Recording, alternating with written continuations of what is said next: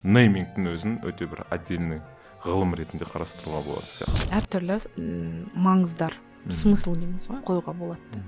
Және бір сөзбен айта кете, мысалы бренд неймді айта кете, бірден компания болсын, жоба болсын, құндылығын аша алатындай. Және әркім өз бетінше, өз ойынша ашу мүмкін ғой.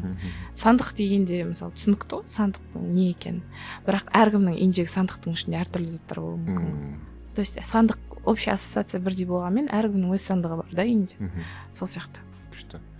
Маған нейминг тақырыбында бір фрагмент келеді фильмнің «Основатель» деген.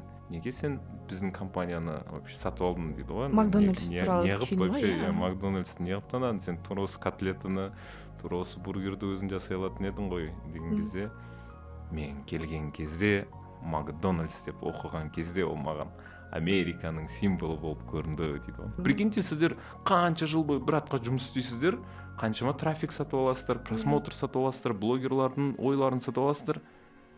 И оны бір сен товарный знак қыла алмасаң, ол заттың бір құндылығы болмаса, мен ойымша неймингтің өзін өте бір отдельный ғылым ретінде қарастыруға болады сияқты. Супер.